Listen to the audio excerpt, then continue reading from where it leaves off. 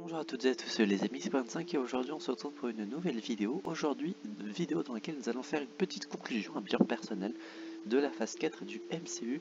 Pour ceux qui ne le savent pas, effectivement, je suis le MCU depuis 2018, sachant que je connaissais un petit peu avant également. Et du coup on va faire le bilan de cette quatrième phase, la première de la Multiverse Saga. Et on va faire du coup par petites catégories, voilà, les films, les mini-films, les moyens métrages et les séries. Donc la phase 4 a débuté, et pour ceux qui voudraient savoir plus mon avis dans les détails, chacun de ces programmes ont eu un épisode dont on parle dédié. Donc n'hésitez pas à suivre les épisodes dont on parle. Donc ça a commencé avec Black Widow qui était un film assez sympa. Pour conclure bien l'histoire, oui forcément, si vous regardez la vidéo, il y aura full spoilers, je le précise au cas où. Donc Black Widow qui conclut correctement le personnage de Natasha et qui introduit quelques nouveaux personnages pour la suite que l'on reverra donc dans les Thunderbolts par exemple. Donc c'était, je vais pas rester très longtemps sur chaque film également, c'était sympa. Shang-Chi, personnage que je ne connaissais pas du tout, bonne introduction, le film était vraiment sympa. On y découvre enfin l'histoire des 10 anneaux, etc. Donc hâte de voir la suite du personnage et de comment ça va se dérouler. Les Éternels, pareil, je ne connaissais pas du tout ce groupe de héros. Pas mal de bons points dans le film. Bien évidemment, Stardust dans le film, donc on ne peut qu'aimer forcément, bien évidemment. Et du coup, ouais, les personnages étaient sympas, l'histoire était sympa également. On y découvre du coup pourquoi ils étaient absents depuis le début du MCU également. Donc ouais, c'était un assez bon film. Spider-Man No Way Home. No Way Home, c'était au moment où j'ai vu le film, du coup vraiment à très chaud. C'était comme dit mon film Spider-Man préféré. Depuis, je n'ai vu aucun film Spider-Man. Il est facilement, je pense, au top.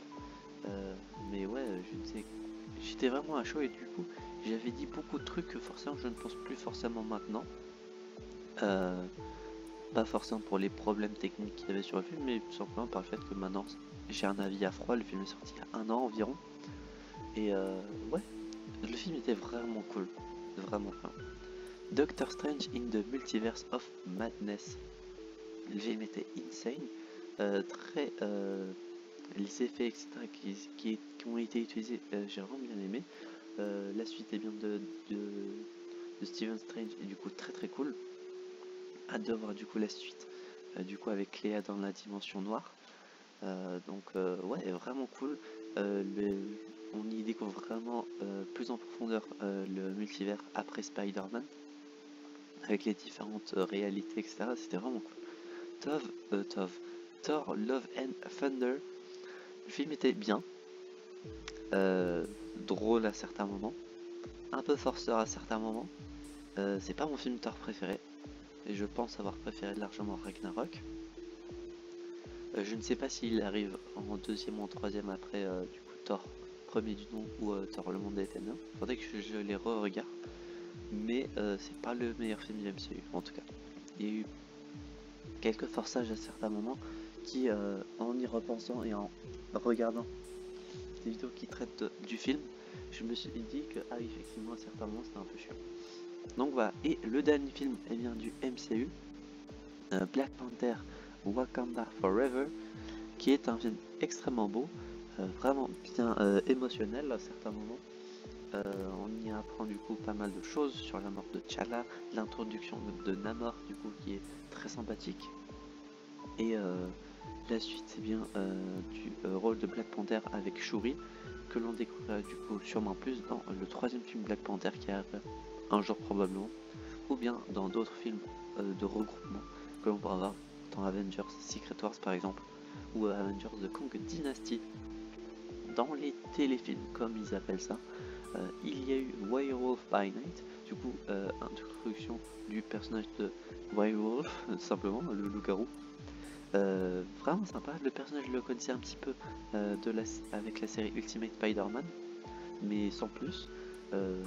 L'histoire est sympa, c'est bien entre guillemets gore à ce moment. On voit des membres coupés, des têtes bien découpé et tout, des bras qui sont coupés et tout.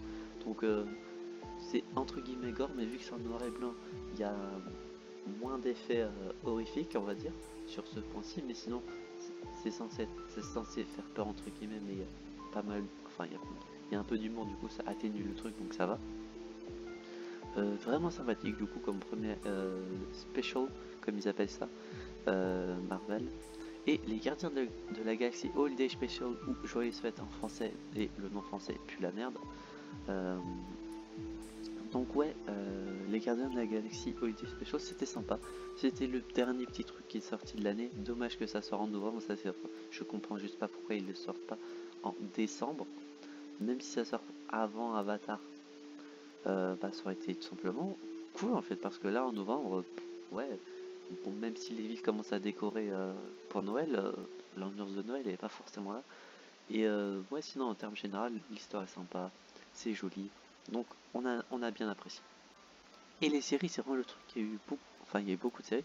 Donc déjà il y a eu les Légendes Studios Marvel et Marvel Studios Rassemblement, qui sont pas vraiment des séries dans le MCU, mais qui racontent le MCU.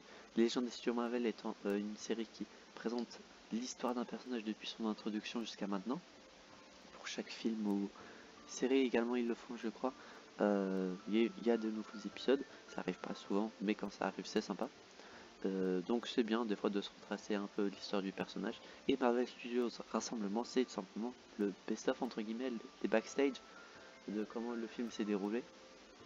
Du coup, comment le film ou la série s'est déroulée, donc c'est très intéressant de regarder ça. WandaVision, c'était la première série sortie, vraiment cool. On y suit du coup la suite de Wanda et de Vision, de comment, Vision entre guillemets, de comment Wanda du coup gère la perte bien de tout ce qu'elle a aimé, son frère qui est mort dans Avengers 2, Vision qui est mort 2 fois dans Avengers Infinity War, ses parents du coup forcément qui sont morts depuis longtemps, ses amis du coup qui sont morts pour certains. Donc ouais, c'est je pense une des meilleures séries du MCU que je conseille vraiment. Falcon and the Winter Soldier et le soldat de l'hiver, une autre série vraiment très sympathique. On dit du coup Falcon et du coup Bucky qui vont être en duo pour savoir du coup qui va être, enfin comment va se dérouler la suite et bien de Captain America, et le discours de fin que fait Sam est vraiment insane. Je conseille vraiment également la série. Loki saison 1, parce que la saison 2 sera pour la 5. On a vraiment enchaîné en termes de série des masterclass dès le début, j'ai envie de dire. Loki saison 1, pareil, vraiment série incroyable. On découvre vraiment en profondeur le multivers, c'est Loki qui introduit ça, on peut dire. Et vraiment cool.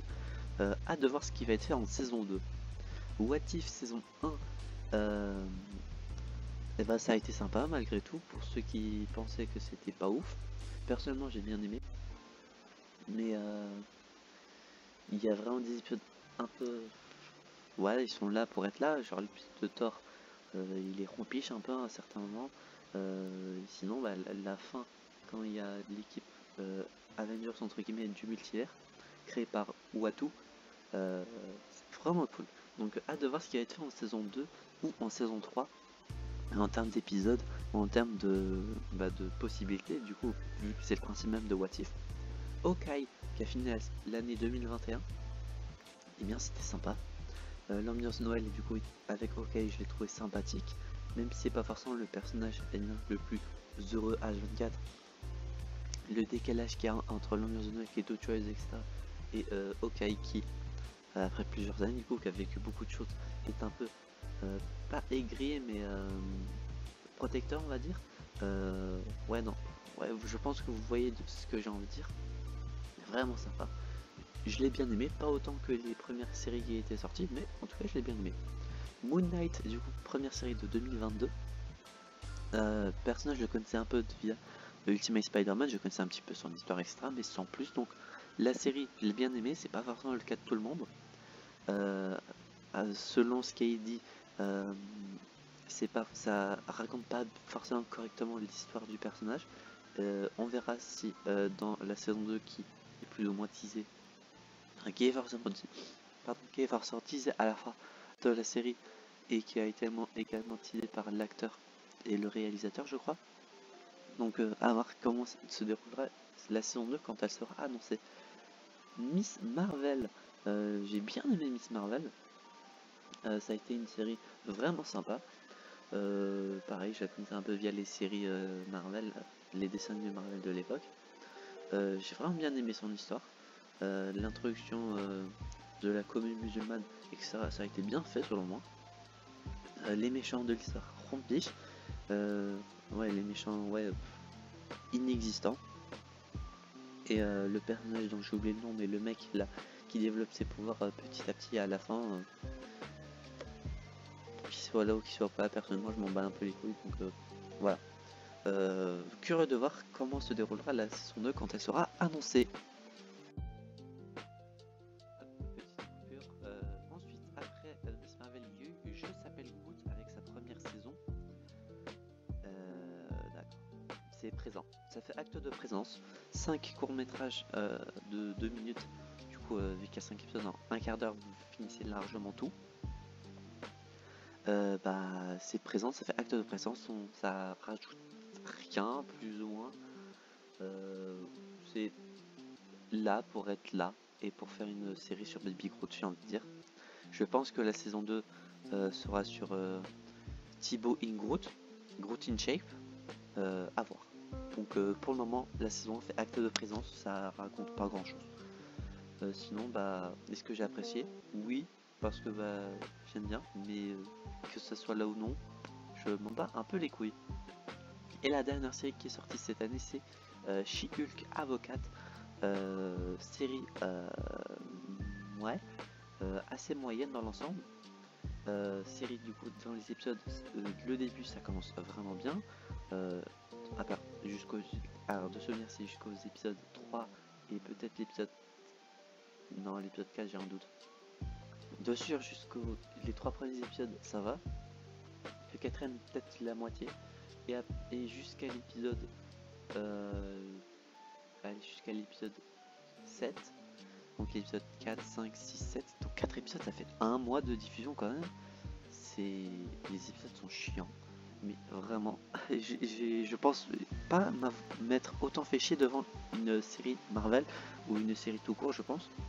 Ensuite à l'épisode 8 et 9, 8 ça commence à se rattraper un peu. Et épisode 9, le principe même de ce qui a été fait avec She-Hulk qui casse le 4ème mur directement sur Disney Plus et qui parle à Kevin, avec on y voit également tous les réalisateurs etc. C'était vraiment sympa.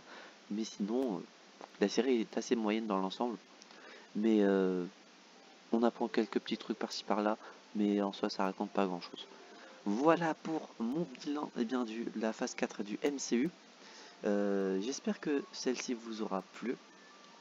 Si c'est le cas, vous pouvez mettre en commentaire également votre vision de la phase 4, de ce que vous avez aimé, les programmes par exemple, ce que vous n'avez pas aimé. Avec spoiler je pense, parce que de toute façon la phase 4 est terminée et comme dit au début de la vidéo, c'est spoiler free on va dire. Donc ceux qui ont vu la vidéo, je les considère comme ok avec ceci. Du coup également n'hésitez pas à vous abonner, mettre un petit pouce bleu, activer la cloche, comme dit à mettre votre avis sur la phase 4. Est-ce que également vous êtes hype pour cette phase 5? Personnellement pardon, oui il y a pas mal de films que j'attends vraiment. En termes de séries, il y en a quelques-unes que je voudrais vraiment découvrir, comme Echo ou Secret Invasion dont j'ai hâte de découvrir, et d'autres dont j'ai vraiment hâte tout court. Donc voilà, on se retrouve donc j'espère la prochaine fois pour de prochaines aventures. C'est Bug25 et je veux dire enjoy.